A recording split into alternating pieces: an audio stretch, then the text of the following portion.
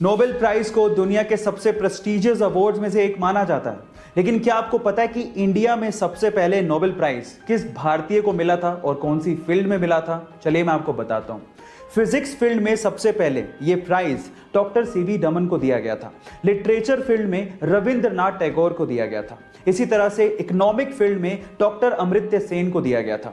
Medicine field में हरगोविंद खुराना को दिया गया था और इसी तरह से पीस फील्ड में सबसे पहले यह प्राइज मदर टेरेसा को दिया गया था। क्या इसके पहले तक ये फैक्ट आप जानते थे? और अगर नहीं जानते थे तो चैट सेक्शन में जरूर लिखिएगा। और गाइस, अगर आपकी स्किन पर दाग धब्बे हैं या फिर आपके फेस पर मुहासे हैं या फिर आपकी स्किन साफ नहीं है, उसके पीछे का कारण हो सकता है आपके खून का साफ ना होना। और अगर आप अपने खून को घरेलू नुस्खे से साफ करना चाहते हैं तो मेरे पास आपके लिए एक हेल्थ टिप है। आपको क्या करना है, आपको लगातार 1 महीने तक खाली पेट किशमिश का पानी पीना है। जी हाँ गाइस, किशमिश का पानी यानी कि रेजिन का पानी आपके खून को साफ कर देगा और आपके दाग धब्बे मुहासे सब मिटा देगा। गाइस, इंडियन क्रिकेट टीम के सभी खिलाड़ियों के हेलमेट के ऊपर बीसीसीआई लोगों के साथ में तिरंगा झंडा भी लगा हुआ होता है, लेकिन एमएसडी यानी कि महेंद्र सिंह धोनी के हेलमेट के ऊपर तिरंगा झंडा आपको देखने को नहीं मिलेगा।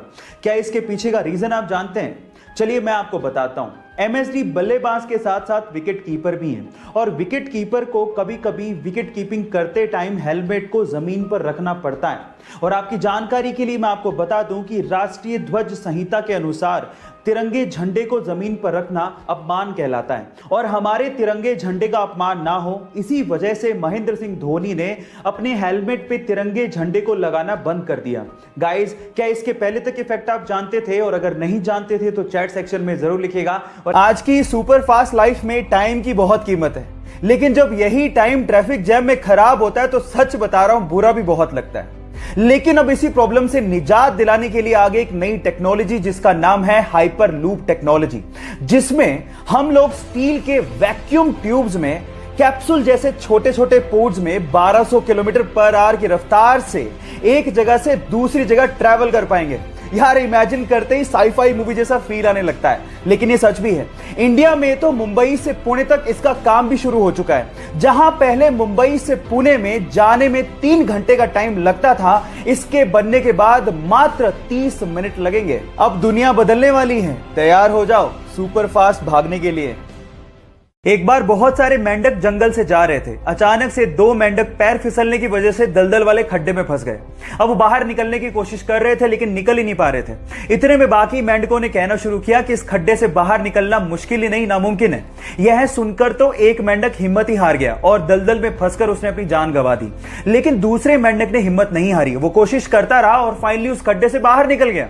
इतने में बाकी मेंढकों ने उससे पूछा कि तुमने क्या हमारी आवाज नहीं सुनी थी, तुम कैसे बाहर आ गए? तो उसने कहा कि मुझे अच्छे से सुनाई नहीं देता, मुझे तो गहरे खड्डे में यह लग रहा था कि आप लोग मुझे प्रोत्साहित कर रहे हो, इस वजह से मैं बाहर आ गया। अब गाइस, यहां सीखने लायक बात यह है कि तुम ये काम नहीं कर सकते, इसको देखने के 2 नजरिए हैं। पहला, मैं ये काम नहीं कर सकता इसलिए हिम्मत हार के बैठ जाऊं।